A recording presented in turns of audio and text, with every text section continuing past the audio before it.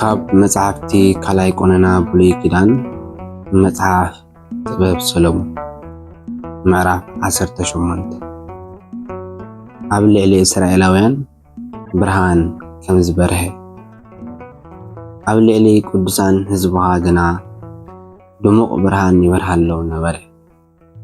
ጸላእቶም ድምፆም ይሰምዕዎም ነበሩ፣ ክሪእዎም ግና ኣይከኣሉን። ንህዝብኻ ስቃይ ስለ ዘይበጽሖም በቲ ሰናይ ዕድሎም ቀንኡሎም። በቲ ክፉእ ግብሮም ሒንኦም ከድዩ ኣብ ልዕሊኦም ብዘይምልዕዓሎም ኣመስገኑ። ምስላም ዓዶም ክሓድግሎም ለመንዎም። ሽዑ ንስኻ በቲ ዘይፈልጥዎ ሃገር ክጓዓዙ ከለዉ ንህዝብኻ ባዕልኻ መራሕካዮ፣ ብዓንዲ ሓዊ ድማ መራሕካዮ። ንሱ ኣብቲ ናይ ክብሪ ጉዕዞ ከም ዘይጎድኦም ፀሓይ ነበረ። እቶም ነቲ ብርሃን ክርእዩ ዘይተፈቀደሎም ጸላእቶም ግና ንህዝብኻ ኣሲሮሞም ስለ ዝነበሩ ኣብ ጸልማት ተዳጊዶም ክተርፉ ግቡእ ነበረ። እዚ ኸዓ እቲ ዘለዓለማዊ ዝኾነ ብርሃን ሕጊ ብህዝብኻ ኣቢሉ ንዓለም ይወሃብ ስለ ዝነበረ እዩ።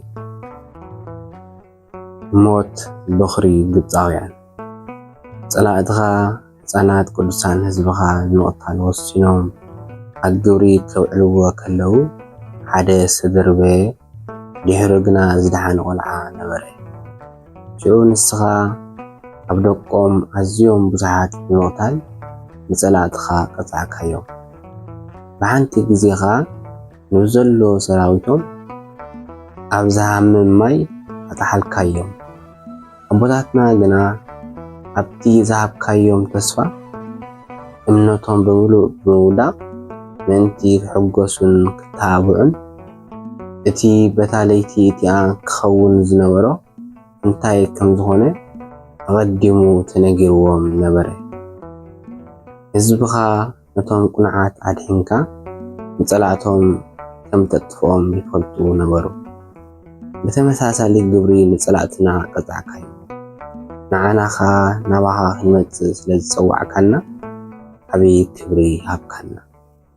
በዚ ግዜ እዚ ኩሉ ድማ ካብቶም ቅዱሳን ህዝብኻ ገለ መንፈሳውያን ሰባት ብሕቡእ መስዋዕቲ ይስውኡ ነበሩ። ኣብ ድንገት ኮነ ኣብ በረኸት ብሓደ ክንካፈል ኢና፣ ሕጊ እግዚኣብሔርካ ክንሕልዎ ኢና እናበሉ ንሓድሕዶም ይመሓሓሉ ነበሩ። ነተን ቀደም ዝዝውተራ ዝነበራ መዝሙር ምስጋና እውን ይዝምርወን ነበሩ። ጸላእቶም ግና ነቶም ዝሞቱ ደቆም ተበኺሎም ከለዉ ዝገብርዎ ዝነበሩ ኣብያት ሓዘን ኣብ ኩሉ የቃልሕ ነበረ። ጎይቶቶም ከምቶም ባራቶም ብተመሳሳሊ መቕጻዕቲ ተሳቐዩ። ንጉስ እውን ከም ሰው ተመሳሳሊ ጉድኣት ወደቆ። ክቁፀር ዘይከኣል ኣዝዩ ብዙሕ ሬሳ ነበረ። ውሑዳት ሰባት ጥራይ ስለ ዝተረፉ ንኹሎም ክቐብርዎም ኣይከኣሉን። ብሓፂር ግዜ እቶም ኣዝዮም ዘፍቅርዎም ደቆም ሞቱ። ኩሎም ሓደ ዓይነት ኣማውታ ሞቱ። እዞም ህዝቢ እዚኦም ንዝተዋህቦም መጠንቀቕታ ኣይተቐበልዎን። እኳ ደኣ ብሓይሊ ጥንቁልነኦም ይተኣማመኑ ነበሩ። በኽሪ ወዲ ዘበለ ኩሉ ምስ ተቐዘፈ ግና ህዝቢ እስራኤል ወዲ ኣምላክ ከም ዝነበረ ፍለጡ። እቲ ሓጻር ለይቲ ድሮ ፍርቂ ሓሊፋ ነበረት። ኩሉኻ ሰላም ኮነ፣ ጸጥ እውን በለ። እቲ ዝጠለብካዮ ኩሉ ብሃንደበት ኣብ ግብሪ ምስ ዋዕለ እቲ ዘይሰዓር ቃል ፍርድኻ ካብቲ ኣብ ሰማይ ዘሎ መንግስታዊ ዝፋንካ ተወንጪፉ ናብታ ዝጠፍአት ምድሪ ወረደ። እወ ከምቲ ንኽዋጋእ ጠኒኑ ዝኣቱ ወታደር ኮይኑ መጸ። ብዘፈርህ ኣጽዋር እቲ ዘይልወጥ ትእዛዝካ ኣብ ግብሪ ኣውዓሎ። ብርእሱ ሰማይ እናተንከፈ ብእግሩ ኣብ ምድሪ ደው በለ። ንምድርኻ ብሞት መላኣ። እቶም ክመቱ ዝነበሮም ህዝቢ ብሕልሚ ለይቲ ዘርዕድ ምትሓት ተራእዮም።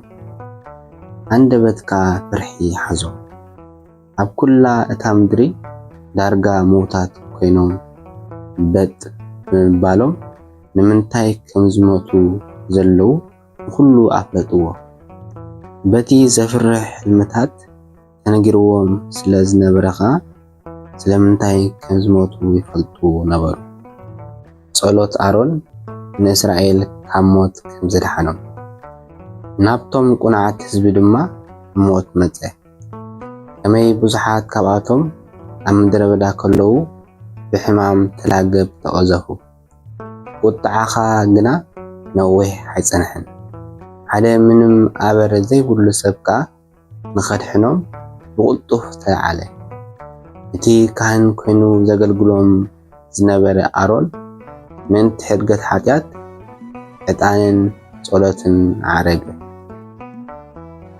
በቲ ከም ኣጽዋር ዘቕረቦ ጸሎትን ዕጣንን ነቲ ቁጥዓኻ ተጻወሮ ነቲ ጥፍኣት ድማ ደው ኣበሎ ነዚ ብምግባሩኻ ኣገልጋሊኻ ከም ዝነበረ ኣረጋገጸ ኣሮን ነዚ መሪር መከራ ዝሰዓሮ ብሓይሉ ወይ ብሓይሊ ሰራዊት ኣይኮነን ንሱ ነቲ መቕጻዕቲ ደው ከብሎ ዝኻለ ነቲ ነቦታትና ብምሓላ ዝሃብካዮም ተስፋ ብምዝካር ጸሎት ምቕራብ እዩ ሬሳ ኣብ ልዕሊ ሬሳ ተጸፋጺፉ ነበረ እንተኾነ ነቶም ብህይወት ተሪፎም ዝነበሩ ቁጥዓኻ ምእንቲ ከይጎድኦም ንድሕሪት ክመልሶ ኣብ መንጎ ኣተወ ንሱ በቲ ኣብ ዓለም ዘሎ ዘበለ ዘጌጸ ነዊሕ ልብሲ ተኸዲኑ ነበረ ንኽብሪ ኣቦታትና ዘመልክት